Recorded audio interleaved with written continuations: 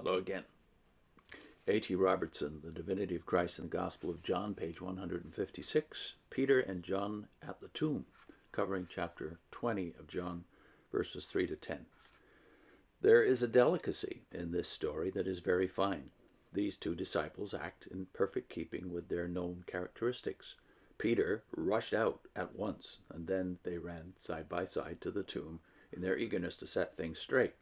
But John was fleeter of foot and also finer in insight. He did come first to the tomb, but he did not go in, though he stoops down and looks at the clothes lying there. Peter now comes up and beholds the clothes lying in orderly fashion, just as John did. Peter went on in, impulsive as usual, to see the actual situation. John now overcame his shrinking by the example of Peter and went in also. But John, though first to come and last to go in, was the first to see into the meaning of the phenomena of the empty tomb and the orderly arrangement of the grave clothes. He saw and believed. This is the great distinction of the writer of the fourth gospel, his marvelous spiritual vision, clear and sure and piercing the empyrean of the eternal.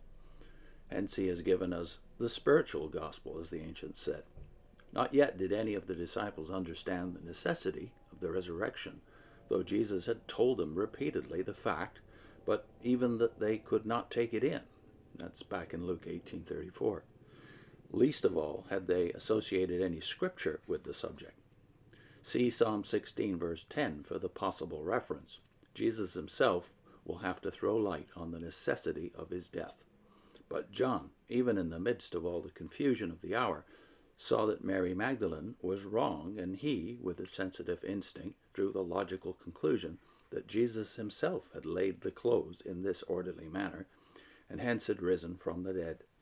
But it was not proof, not even for Peter, so they went away by themselves, for it was useless as yet to talk to others.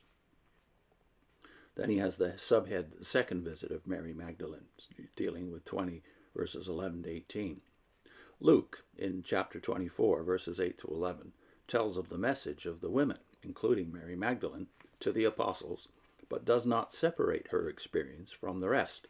Their story was as idle talk, and they disbelieved them. Mark, in 16 verse 9, in the disputed close of his gospel, tells of the appearance of Jesus to Mary first of all, but John alone gives in detail this wondrous scene between Jesus and Mary. There are many points on which one wishes for more light. Mary clearly did not see the angels when she was first at the tomb.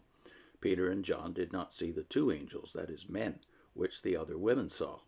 But now, when she returns, Mary beholds two angels, one at the head and one at the foot of the place where the body of Jesus had lain.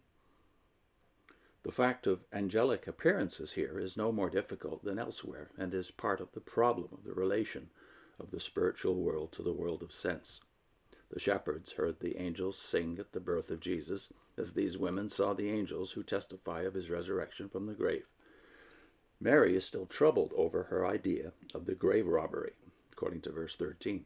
Clearly, John's gospel lends no support to the theory that the women, Mary Magdalene in particular, had hallucinations and led the apostles to believe that Jesus was alive.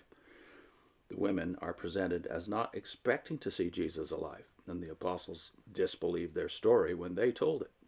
The angels threw no light on the situation for Mary. First of all, mortals, save the guard, she saw the risen Christ and did not recognize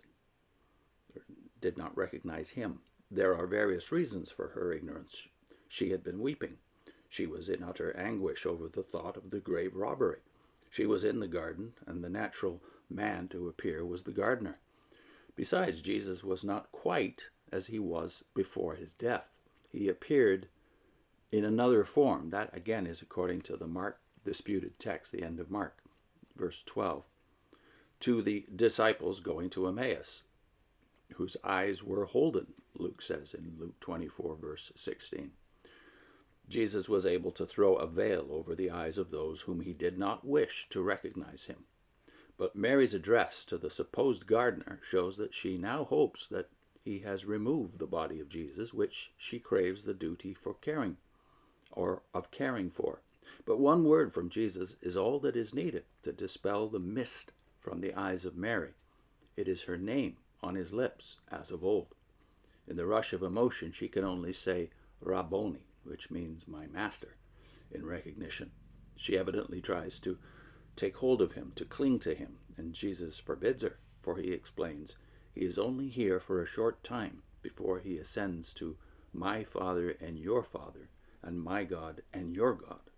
He did allow the other women later to take hold of his feet in worship. That's according to Matthew 28, verse 9. But merely human fellowship was not to be resumed. But Jesus shows in his very language the highest sense of spiritual fellowship with Mary and the rest. Jesus bade her go to his brethren and tell them. She had a marvelous message, one that they needed and really longed to hear. Mary was able to say, first of all, to the men, I have seen the Lord, the risen Lord, but they evidently disbelieved her. She was only Mary, who once had 7 demons after all. Was she to be believed in a matter like this? Where was John's instinct? And then next time we go into the meeting, the first Sunday night. I'll put in a link to John Stott on Acts 26, because what it makes clear in Acts 26, that is the final speeches of Paul before his accusers and before he went to Rome. The witness in the book of Acts, as in the Gospel of John, means eyewitness. So the question we asked in that John Stott video, the particular video we're talking about here, was, do Jehovah's Witnesses know the apostles were eyewitnesses of what they preached? They couldn't be preachers. They couldn't be the 12 in their peculiar ministry unless they were eyewitnesses of everything they were preaching about. So the gospel is about historical facts, and therefore only the 12 and a few of their companions who lived with Jesus and saw him dead and saw him arisen, and some of them seeing him ascending, only they could be the eyewitnesses to the gospel.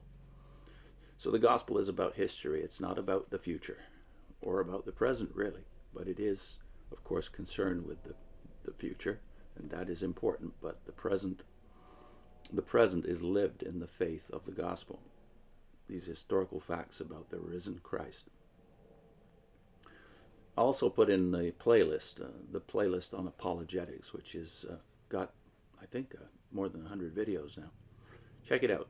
And next time, the meeting, the first Sunday night.